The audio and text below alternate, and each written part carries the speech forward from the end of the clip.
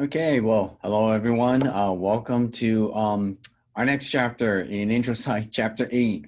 Alrighty, and it will be on thinking and cognition. And with that, let's just start up. So let me call up my screen.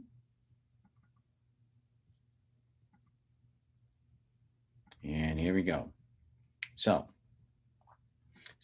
for this chapter, we will be talking about cognition, uh, the way what we understand about human thought and how it operates, and some of the common findings in psychology regarding cognition. It's a huge area, so we're just going to highlight some findings in the area of psychology and human thought processes. We will also, clearly related to that, talk a little bit about what we know about the characteristics of language, and clearly related to these ideas, we'll be talking about intelligence, what it is, how we measure it, and so on. Alrighty, so moving right along. Um, well, we'll talk about this quote maybe the next time we have can meet and discuss these matters. Um, so what is cognition? Yeah. Cognition refers to all those mental abilities associated with processing, understanding, and communicating information or ideas and so on, images. Yeah.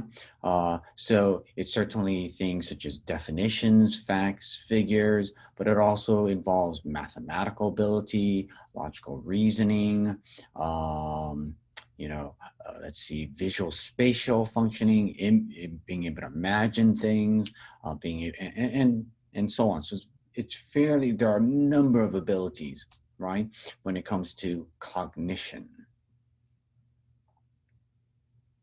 Now, in terms of understanding human thought and cognition, one of the ways that is very helpful for us to understand human thought is by examining problems that we run into with our thinking. Yeah, either biases in our thinking, problems in our logical reasoning. All of these kind of allow us to understand how cognition functions, the mechanisms. Yeah, as well as the strengths and weaknesses, the pros of the way we think.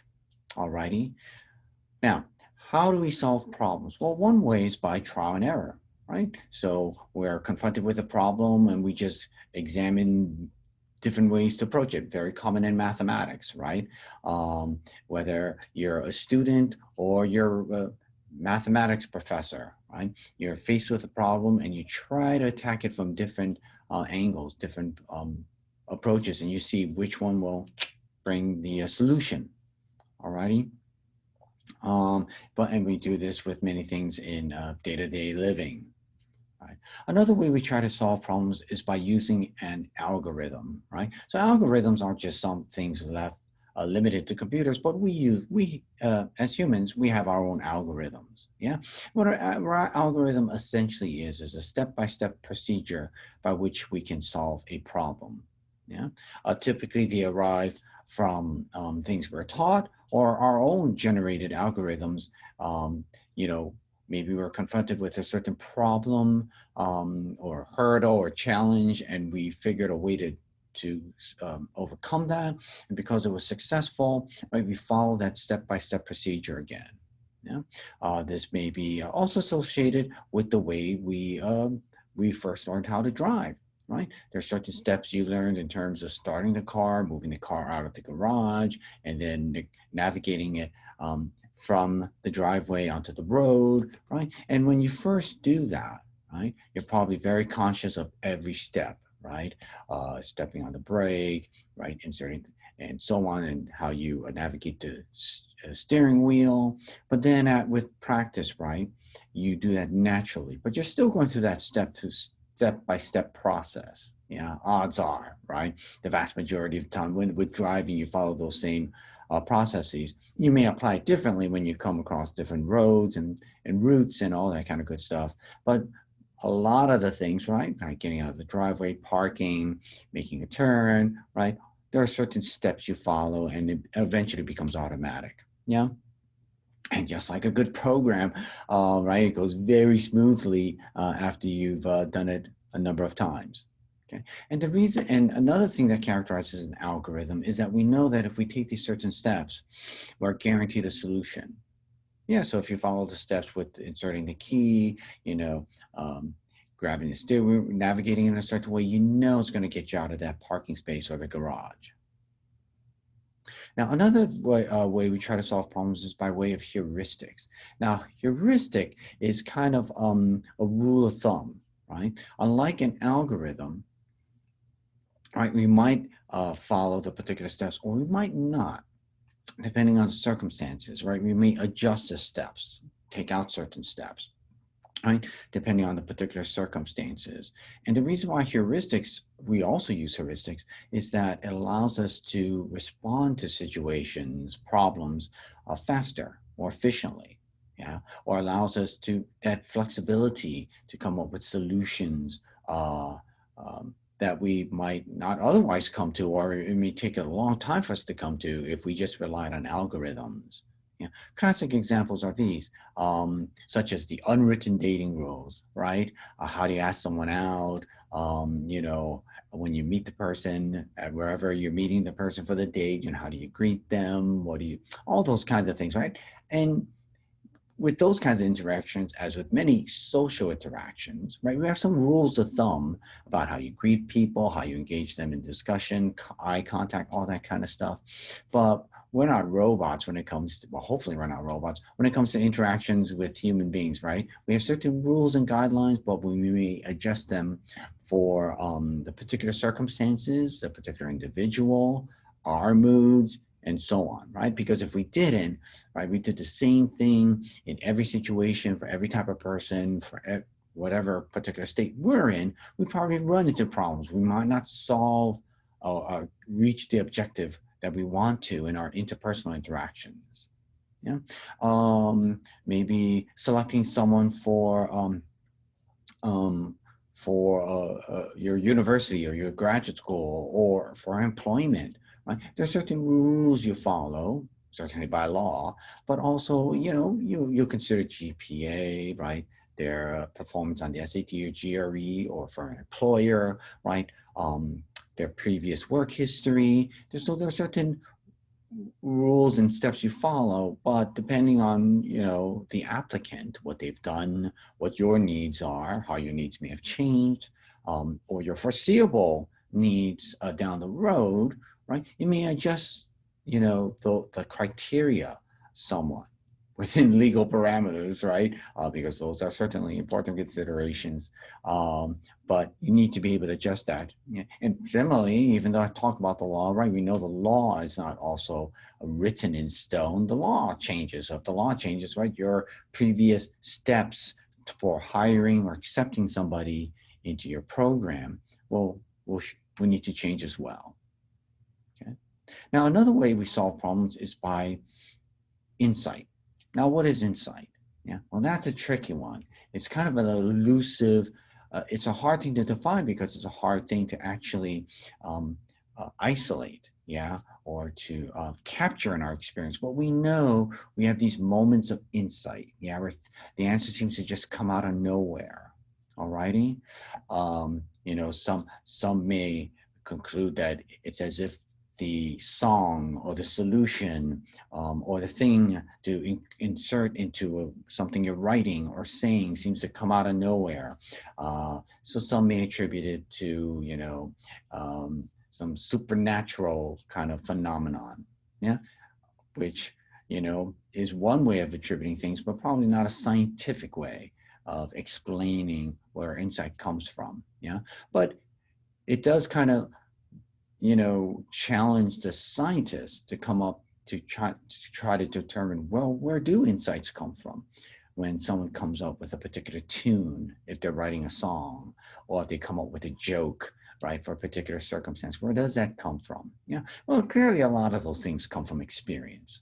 Yeah, and a lot of it, and the research shows that if you put a lot of experience into, let's say, learning musical instrument, working on different types of math problems and so on, that when confronted with a new situation, right, you can be better prepared to lift from those particular your storehouse, your data bank, or your tool chest of ideas. Yeah.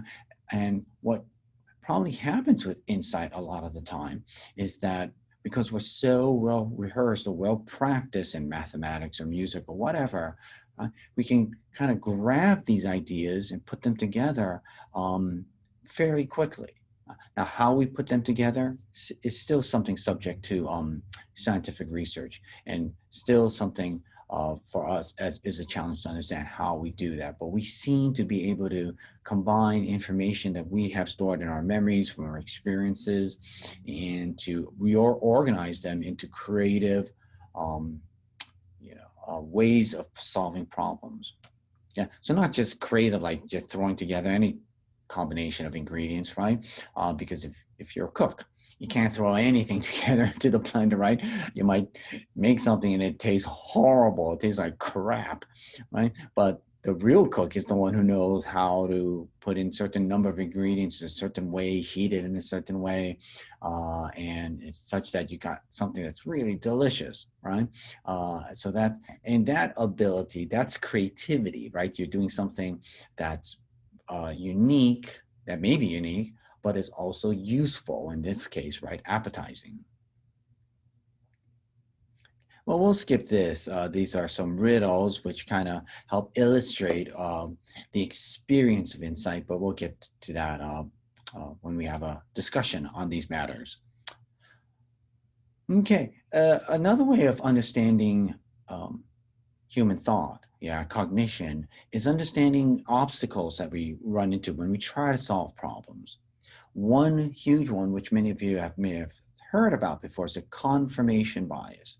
Yeah, the confirmation bias is our tendency to seek information that confirms our positions. Yeah, one of probably the most common way you can think of, common or familiar example to many of us is political biases. Yeah, whether you tend to be liberal or conservative, Democrat or Republican, each side, you have most people who tend to be on those ends of the continuum tend to find facts, evidence, figures, stories, anecdotes that confirm their biases, right? So if they're pro gun control versus pro gun ownership rights, right? We tend to find things that support our positions. Yeah, we are less inclined to find things which may disconfirm our positions. Yeah, although that latter task, yeah, to be able to disconfirm your position is actually a cognitive strength, right? And it's actually a scientific, that's a strength of science, that science comes up with questions which can be disconfirmed by the evidence. Yeah. So a good scientific hypothesis, as you may recall in our prior discussion, probably I think it was in chapter one, that a hallmark of science is coming up with hypotheses or questions which can be disconfirmed. Yeah. So to set forth the proposal that demons exist, right? Well, how can you disconfirm the existence of demons, right? Well, demons is usually conceptualized, can't be disconfirmed.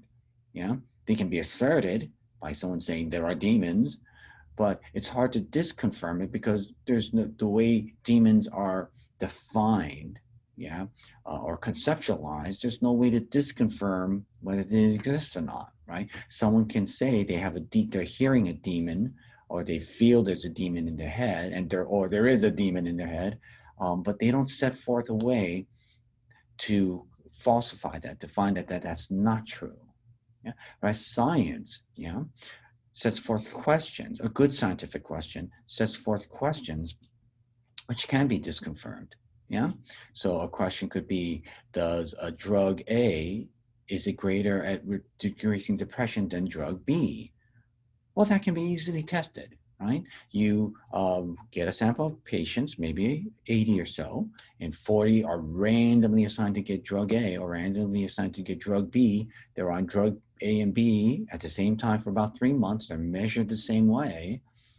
And if drug A, right, is better, right, those who got drug A will have fewer depressive symptoms than those who got drug B, right? But if it's the other way around, right? Drug B people have far fewer depression than drug A people. Then drug A, right? At least in in that particular study, right, is not superior to drug B. It, now, before you can conclude that that's the case, you probably have to run some other studies, right, to replicate the first study. But if you find that, right, what it comes back to is the question, the original hypothesis. The original hypothesis was a scientific question, and that's the strength of science, right? That you can pose a question where you can be found wrong. All righty. And you can see the obvious reverse, right? Because if you just set forth questions where you can never be found wrong, well, first of all, I think that's just a bad idea, but it's also just bad science. Yeah, that's not the scientific approach. All righty. Fixation is another thing we may run into. Yeah, that when we're confronted with a problem, yeah, whatever, math, interpersonal, so on, we have a set way of solving it.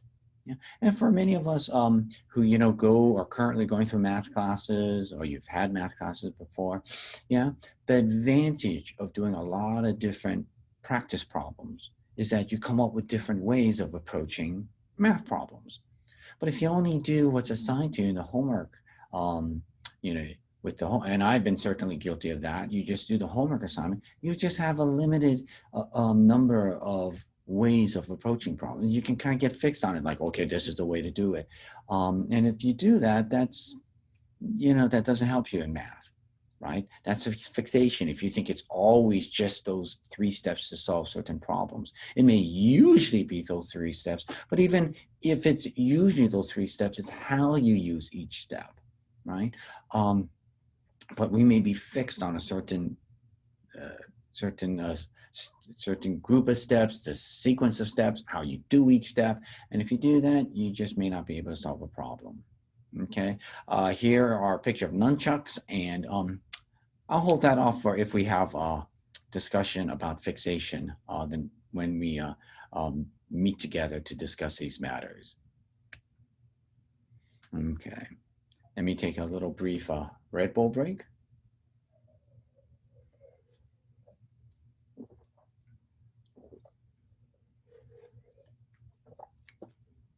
Very good, and that's the good thing about Red Bull breaks. They tend to be very brief in nature. All righty, other ways we come to understand cognition is by the way we make decisions. Yeah, how do we select from options and then commit to those options? All righty, and what things kind of happen when we make decisions? Yeah, well, one of the things that happens when we make decisions is very often we're too confident about the decisions we make. Yeah, one of the things we do is that we overestimate what we know. Okay, or how certain we are of things that have happened. Now, some things you can be certain of that relatively certain happened, right? If something happened right before your eyes, right, you see 2 people bump right into each other. But yeah, even that, something as simple as that, right? You may think person A bumped into person B, but it may vary depending on where you stand, yeah, or how much of the bumping you saw, yeah. Um, but even something like that would seem so obvious in terms of how certain we are of knowing what had happened. Well, there may be some uncertainty, some room for error. Yeah. And certainly for things outside of what is actually before our eyes, occurring before us, or what's happened in the past or the future. Yeah. You take into account all these other circumstances by which events or things may have occurred. Yeah, our ability to know with certainty becomes less and less. But humans very often, yeah, and especially for things that we think we know, tend to overestimate the degree to which we know or the certainty with which we know things. Yeah, such as, for example, the ability to detect whether someone's lying or not. Yeah, most of us think we can kind of tell. I've been on this planet for a certain period of time. I interact with a bunch of people. I'm a smart person. I can tell when someone's lying. Sometimes we can, sometimes we can't. And honestly, most of the, well, don't take my word for it, check the research. The research online tends to show that most of the time, our ability to detect lying is no greater than chance, no greater than the flip of a coin. Yeah. Um, but we tend to be very confident. Most of us think we know when someone's lying or not. Okay.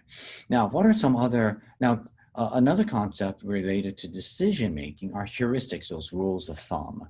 But let's parse out some rules of thumb that we often use. One is the representative heuristic. Okay, a very common one.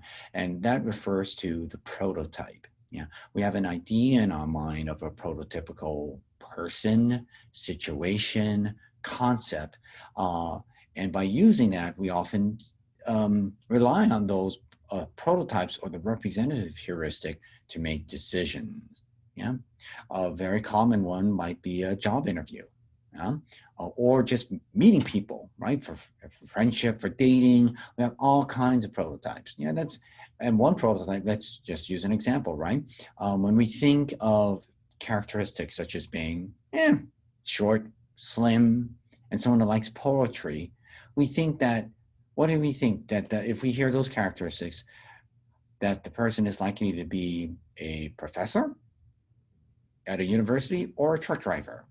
And a lot of time we will say, it's got to be a professor, right? Short, slim, and likes poetry. Sounds like your typical bucky, nerdy intellectual. Wouldn't be a truck driver. They tend to be big palookas, right? And probably even overweight, and they wouldn't have a damn thing to do with poetry. Says who? Based on what? Yeah. And this certainly goes to the idea of stereotypes.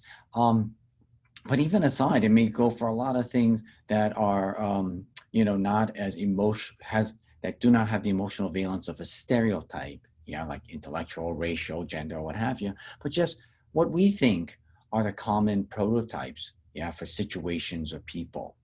Okay, we may have a prototype for how we think a class should be conducted. Yeah, you have an introduction, lecture, some problems, and you move on. Some discussion. The availability heuristic is the rule of thumb that kind of just comes quickly to mind, a quick image. Yeah. So not the representative prototype where it may not, in the former, right? That might not come to mind quickly. But if we think about it, we go, oh, yeah, those characteristics, those 3 to 5 characteristics, that is what is a typical, that characterizes your typical university professor. The availability heuristic is different in that it refers more to those rules of thumbs that come to us quickly. Yeah, and they may come to us quickly, particularly because they have a certain emotional value. Yeah, in that they may be ideas that come to us quickly because they're ideas that we think might help protect us, keep us safe. Yeah, they may be available because of romantic, right? So something on the positive spectrum because they were associated with prior romantic positive experiences, so they come to mind quickly. Yeah, but just because they come to mind quickly doesn't mean that they're helpful information. Yeah. So, for example, if you think about having to choose between, excuse me, sorry about that, flying a plane or or riding a car, yeah, in terms of getting to a destination but getting there alive, right? Most people might think, well, between the two I better drive, right? Stay on the ground, be in the old familiar car, and I'm driving, I'm not, you know, tens and thousands of feet up in the air, in this huge contraption, which is complex, which is being flown by someone, and that's a complex task. So you might think that the latter is far more dangerous and you're far more likely to die. Yeah. Whereas the reality, statistically speaking, is that you're far more likely to die driving than you are flying, right? But what comes to mind more quickly? Probably images of planes, right, crashing to the ground in flames and hundreds of people dying, or the same thing in the ocean and their bodies never being found. Yeah, because of the logical emotional valence of plane crashes, they come to mind more quickly than automobile crashes, although I'm sure some of us have had some nasty images of those. right? Because of the dramatic nature of plane crashes versus a car crash, they're more likely to come to mind quicker, okay, quickly. Now, another way we make decisions we're effective is by the way the information is framed or presented to us. Yeah? Classic example is if you hear an item is worth only $99.99 as opposed to $100, we know that that's only a penny, right? Logically, we only know that's a penny difference. So why do you know why do stores sell things at 99 and 99 cents versus 100? Because it affects us. Yeah. When we just see 4 digits as opposed to 5 digits, we think, oh, it's less. Yeah. And it defies logic and certainly defies mathematical logic as well. It is technically mathematically less, but we know it's not practically less. Yeah. But it affects us. Same thing with if you say something is 95% fat free, or if you say it has 5% fat. Right? If you say 5% fat, right, you're more likely to say, oh, let's avoid that. Don't want 5% of fat in anything, right? Whereas if something is presented as 95% fat free, same thing, same amount of fat in the product or whatever you're eating, right? But that still affects us, right? We like the former. We like 95% fat free, a lot of freedom, right? And seemingly much less fat, although it's the same amount of fat. Okay. Now, when we integrate and weigh evidence, one of the things you may notice is that we also take into account, right, um, our emotional associations with information. And where that's processed in the brain, as we mentioned before, it's the amygdala, but also a couple other areas that we haven't chatted about nearly as much, including the anterior cingulate cortex and the orbital frontal cortex. Yeah, so let's kind of see where those areas are in the brain. So the amygdala is right around here, okay, and the anterior cingulate cortex here, okay, and the orbital frontal cortex right here. Yeah, so it's those regions of the brain which tend to process the emotional valence, quality, associations with different information. Okay, so we're coming back to the definition of cognition because one of the things I think is worthy or valuable to think about is, what is cognition? We've certainly been talking about human cognition, but certainly other species process information as well. Yeah, and demonstrate cognition in different ways. Much harder to study for maybe some obvious reasons, right? It's much more difficult to have uh, other species, other animals tell us how they're experiencing things because they can't, right? Or to involve them in complex tasks, right? But other species certainly have based on this definition of cognition, their forms of cognition and how they reason, lot, and solve problems and so on. Okay, but what's an interesting question is whether computers, demonstrate thinking like human thinking, yeah, or if it's different, how is it different? Yeah, do they think? Well, that's something we'll chat about when we discuss these matters in face to face. And we'll talk about robots and it's the connection between the issue of whether computers think. Yeah. Moving right along. Let's talk a bit about language. Alrighty, it's clearly tied in with our discussion about cognition and solving problems and logic and reasoning and all that kind of good stuff. Okay, language can be defined as spoken, written, or gestures. Yeah, gestured words and ways we combine them as we think and communicate. Okay, so kind of broad, but so it's gestures and what we say, what comes out of our mouths, or what's written. Now, how does language develop? Well, what is the essential structure of language? Yeah, which can break down language into these components. Yeah, the first and most basic are phonemes. Yeah, and they're the basic set of sounds. Alrighty, and we'll talk about cross-cultural issues related to the set of basic sounds that go to different languages.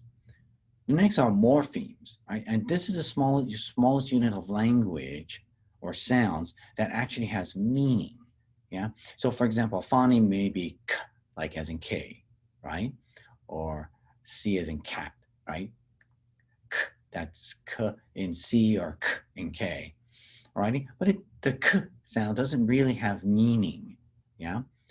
Now, morphemes, those sounds do um, direct one to do direct the listener to a particular meaning, like id, like if you said played, yeah, or worked, and so on, yeah, or if you talk about, let's just say, tree versus trees, or dog versus dogs, just that sound, right, implies an important piece of information, right? In the latter example, it implies plurality, right? So not one dog, but dogs, right? So more than one dog. Or if you have ed, right, you say let's play, or we play, or versus we played, right? When you hear the latter, it implies, right? When we play, it sounds like someone's just saying, hey, it's like commanding or announcing or pronouncing, we play, you know, right? As you say, we played, right? Someone's communicating past tense, right? So that ed and s, right? Morphemes provide really important information, right? Now, grammar is a system of rules that allows for communication, right? So how we combine different words to uh, communicate meaning, yeah? So semantics are the rules for that meaning. Let me break it down. Grammar is a system that allows for communication. Semantics are the rules from which we derive meaning, yeah? And syntax are the rules by which we order words. So like in the English language, right, very commonly we have noun, verb, and a direct object, right? Boy throws ball, something like that. And in Japanese, it tends to be reversed. Direct object is in the beginning, right? Ball, boy throws, right? Kind of like Yoda from Star Wars, right? Got to flip flop. Not in this case, we're not talking about sandals, but flip flop the direct object from the end to the beginning. And semantics refers to the rules by which we derive meaning from sentences. Yeah, so semantics may be a function of the particular words used, combination of words, sequence of words, or the context uh, of those words, like within a sentence or within that sentence, within other sentences. Okay, when we're talking about semantics, before we continue, let me just take a brief Red Bull break.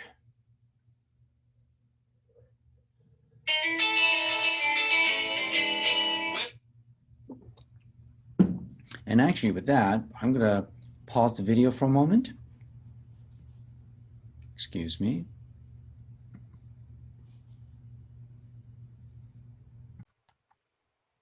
Okay, folks, back from the break.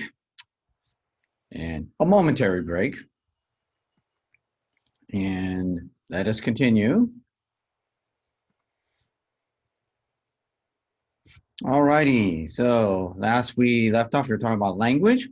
And let us continue with semantics. All righty. So we can break down semantics, yeah, or the word meaning into four general ideas. Yeah, first of all, when we're talking about a word's denotative meaning, right, we're talking about its definitional meaning. So when you're talking about words denotation, yeah, we're talking about the generally accepted understanding of what the word means. All righty. But in terms of word meaning, right, that can vary. And a word may have its dictionary definition, but also some words, right, the meaning will vary because they have different connotations. Yeah. And a connotation refers to the emotional characteristic of a word.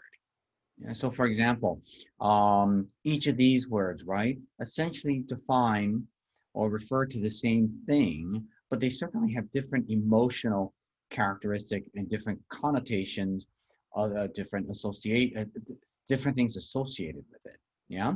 So for example, if you refer to someone as homosexual versus gay, or queer, or fag, or homo, or faggot, right? Each one of those words has a different connotation, right? Certainly with the latter having more of a negative connotation, either intention by the speaker, yeah, or the way it's going to be received by others, yeah. Same thing. Let's look at another example: psychologist, right? Someone who does therapy. You you might refer to them by the professional legal title psychologist, or refer to them as a therapist, a psychotherapist, or a shrink, right? Again, the latter one having a more negative connotation and suggest other things. Yeah, maybe suggest power or abuse of power, yeah, or insanity. Okay, um, so that's what connotation is, right? Oh, so different words have may refer to the same thing, but they have different uh, ideas associated with them because of their emotional characteristic. What is a euphemism? A euphemism is a word to improve a word's connotation or its emotional valence or its emotional association. We'll look at euphemisms, yeah, for certain words. They're alternate words which are kind of used to refer to the first word, which may have more negative connotations. All righty. We'll look at some examples when we have a discussion about this chapter. And finally, fuzzy sets are words that just aren't clearly defined no matter how hard you try to, right? Uh, in part, maybe because the particular word captures many phenomena, right? But you still use the same word for many different kinds of phenomena. For example, furniture. What is furniture? Well, first of all, when you think of furniture, you might think of sofa, you might think of a chair, yeah. But how about the wooden stand that your computer sits on? Yeah, if you're standing at your computer and so on, is that furniture? You know, how about let's just say an ottoman, right? That kind of square kind of piece of furniture in the living room that tends to go be sewed along with it. Let's just say a comforter, not a comforter, but a big leather chair or so on, right? The ottoman is where you can picture someone placing their legs on. Yeah. Is that furniture? Yeah. So that's kind of interesting. Or is that something that goes with furniture? Alrighty. There's certainly other words such as life. Yeah. When does life begin? Oof. Or death. Even, sometimes it seems obvious, but is it heart failure? Is it brain death? Yeah. So what is death? And certainly words like sex and love, or the word sorry. What does sorry mean? Does sorry mean you feel bad? You feel remorseful? Does sorry mean you'll never do it again? Well, you know, that's the nature of the word sorry. Hard to tell. Okay, we'll look at these euphemisms a little later, the next time we meet. Um, gonna bypass some of this stuff. Let's talk about how language generally develops. Yeah, and what's one thing that's kind of interesting is cross culturally or universally, language seems to develop the same. Yeah. Excuse me. So, right, very typically, right, and there's some variation. Yeah. So, if your child or if you develop language at a different pace, faster or slower, don't sweat it. It often doesn't mean that much. It usually doesn't mean that much. There is often some degree of variation from this developmental timeline. Yeah. But usually, infants, right, when they're first born, within the first few months, you don't hear a lot from them except crying and maybe some pleasant sounds. But the closest we get to language is babbling. Yeah, and that tends to occur universally at about 4 months, more or less, right? Some maybe a month earlier, some a couple months later.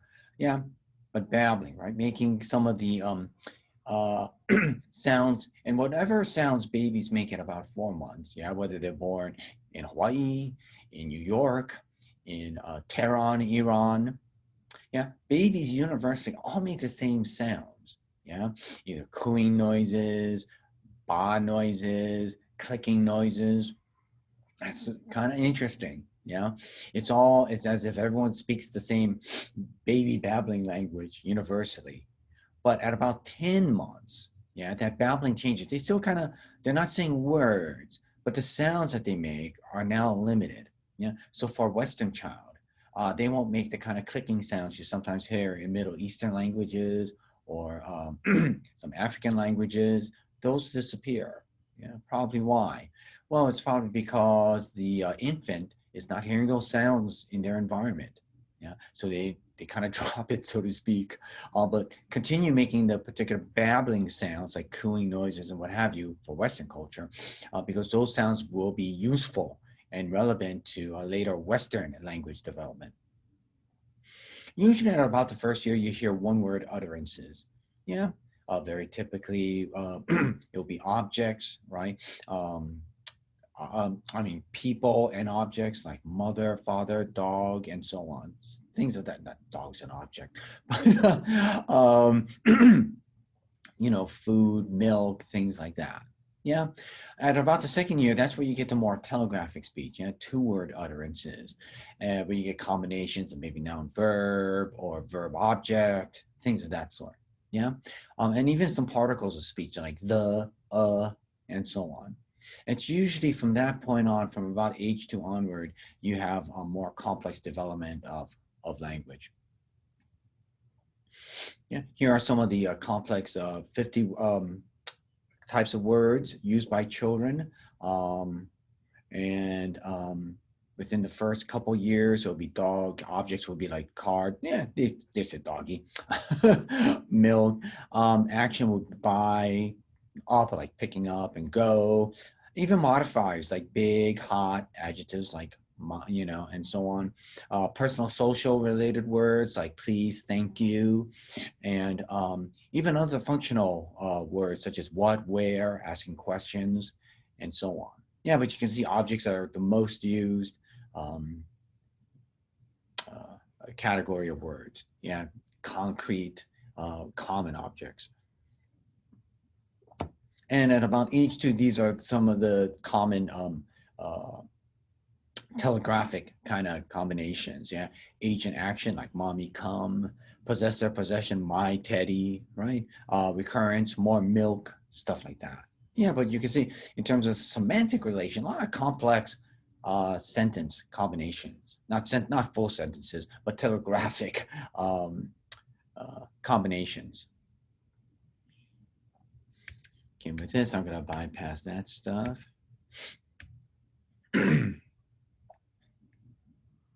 So we get to the third main topic in today's chapter. What is intelligence? Yeah, and tough thing to define. You have to try to sit down and come up with your definition, right? Even though you've been on the planet for 20 plus years, it's tough. And if it's tough for you, don't sweat it. It's tough for the field of psychology and science to really come up with a good definition. Yeah, there's some generally accepted ideas, and here's someone that's very common. Is that intelligence, first of all, is a socially constructed concept. Yeah, so whatever intelligence is going to be a function of the social context, milieu. Yeah, so different social contexts will characterize intelligence, define intelligence differently. And that's going to be a function of what's important, what's valued in that particular social milieu, the particular culture, the particular environment. Yeah, it's what allows for success in a particular culture or environment. Yeah, so in one culture, maybe mathematical skills, right, will be valued, computational skills. Yeah, in others, it may be hunting skills or farming skills. Yeah, and in others, more or less interpersonal social skills. Yeah, being able to deal with and that's critical for our species, right? Because we are tribal in nature. Yeah, from our nomadic hunter-gatherer days. Yeah, that was valued. That's why we're such a social species. Yeah, we evolved that way, and that goes intelligence too. Okay, it's also characterized by the ability to learn from experience. Yeah, solve problems and learn from past experience. Yeah, so you're not making the same mistakes or not as much. And as far as intelligence tests or IQ tests, it's probably fair to say intelligence is however we operationalize intelligence in IQ tests.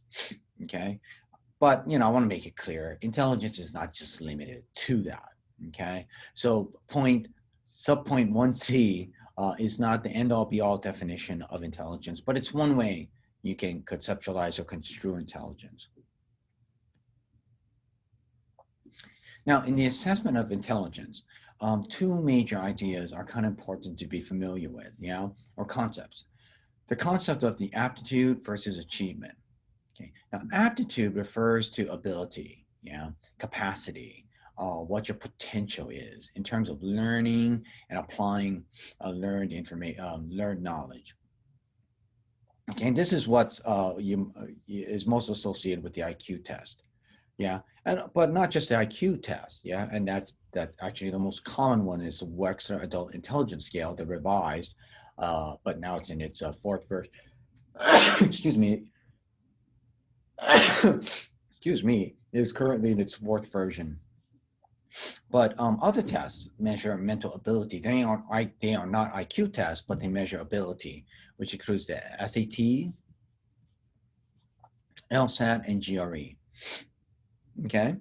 Now, another concept to be familiar with is the idea of achievement, okay, which is different from aptitude. Achievement refers to what you've accomplished or what you've experienced. Yeah.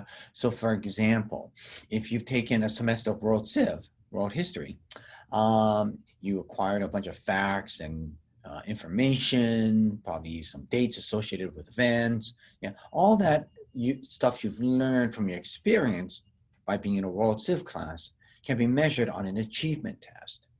Okay, but that experience or knowledge from what you went through, and the test that taps into the final exam in World Civ, it's not an aptitude test, and it's an achievement test because it's a measure of your experience, what you've come across. Okay, not in terms of your mental muscle. Alrighty. Now, as an aside, these two constructs are not mutually exclusive. They usually affect one another. Yeah, and as you can infer, right, because whatever you experience, be it, let's say, traveling to another country, taking World Civ, right, learning Spanish, that's going to affect your aptitude. Right, you're going to learn certain problem-solving abilities. You might be more it might increase your creativity because you've had these varied experiences, and that's going to affect aptitude. Alrighty, or your potential, or how far you can go. As I mentioned before, an IQ test is a Wechsler Adult Intelligence Scale. It's currently in its fourth version. The fifth version is coming out fairly soon. And it measures, right, it provides a standard score, the IQ score, alrighty? And that's what typically, an IQ standing for intelligence quotient. And there are three types of IQs in measures: overall IQ, like a general IQ that most people associate with IQ, but also two sub-IQs, one for verbal ability, right, word knowledge, using words, comprehending words, as well as performance IQ. And performance IQ refers to visual spatial abilities, like working with puzzles, working with a map, all that kind of stuff.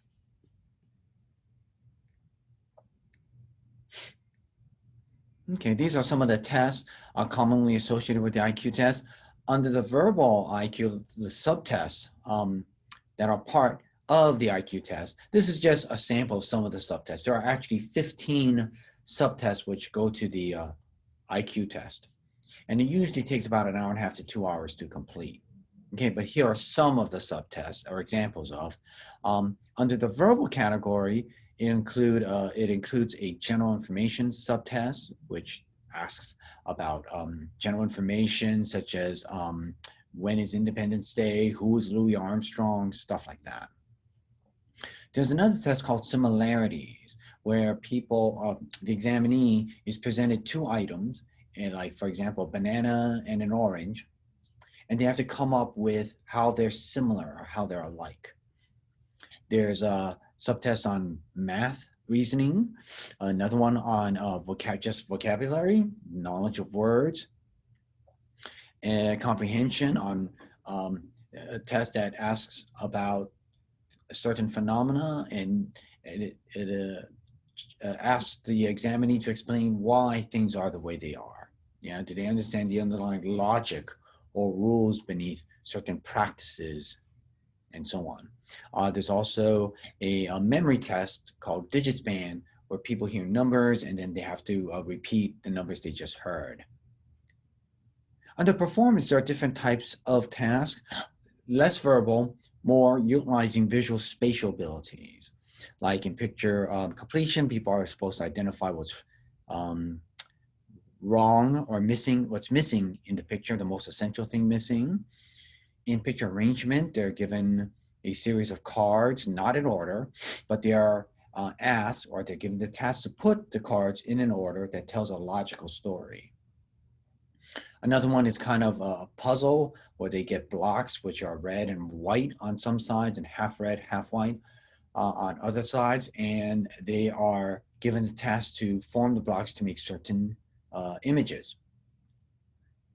The other is kind of like a puzzle object assembly, and another is digit symbol, where people are given some symbols and they have to write as quickly as they can every digit associated with each symbol.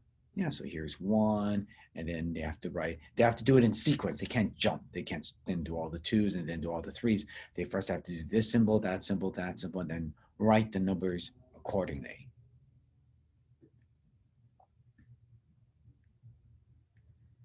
Okay, we'll just skip this. Some ideas to be familiar with with tests and measurements. Yeah, with the IQ test or psychological tests and tests in general. Um, First of all, the first concept is standardization. What does that refer to? That refers to, well, can refer to a number of things. One, it could refer to how the test is administered. Is there a standard procedure? Yeah, and for most tests, there should be. Yeah, a standard procedure of administering the test to different examinees. Yeah, because if everyone follows taking the test the same way, it allows you to interpret the score. If you administer the test differently to different people, it's going to be harder to interpret what that score means. If not, whether it's going to be valid at all, because you administered the test differently, right? So standardization refers to a standard set of administration procedures. Standardization also refers to the notion of having a normative sample. Yeah. Now, the normative sample would include a number of people who took the test. Yeah. Maybe, for example, 200 to 300 people getting their scores and then displaying and then analyzing how those scores are distributed. Yeah? And in most cases, for most psychological phenomena, whether it's intelligence or emotion or what have you, assertiveness, for example.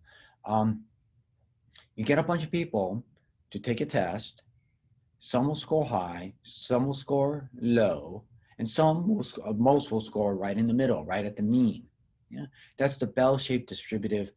That's the distribution of scores, and it's for most psychological phenomena, they will be normally distributed or in a bell-shaped curve. Yeah, and that bell-shaped curve, that normative data for a test, is critical. Yeah, because you need that in terms of interpreting someone's score. Yeah, where they lie. Did they do super high, super well, super poorly? Are they performing in the average range?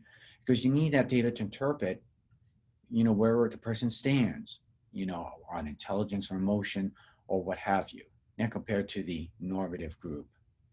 And there's this old maxim with tests, and that in the absence of normative data, yeah, the test is only as good as the examiner. And you don't want that, right? Otherwise, why would you be using a test if the examiner could just ask a bunch of questions, him or herself, to get a sense of how bright or how you're functioning emotionally, right? You want a test because that test, right, is that score. The score from the test will be compared to data. Yeah, and again, that normative data. If you don't have the normative data, your score is almost valueless. Yeah. Two other concepts important with tests: the notion of reliability and validity.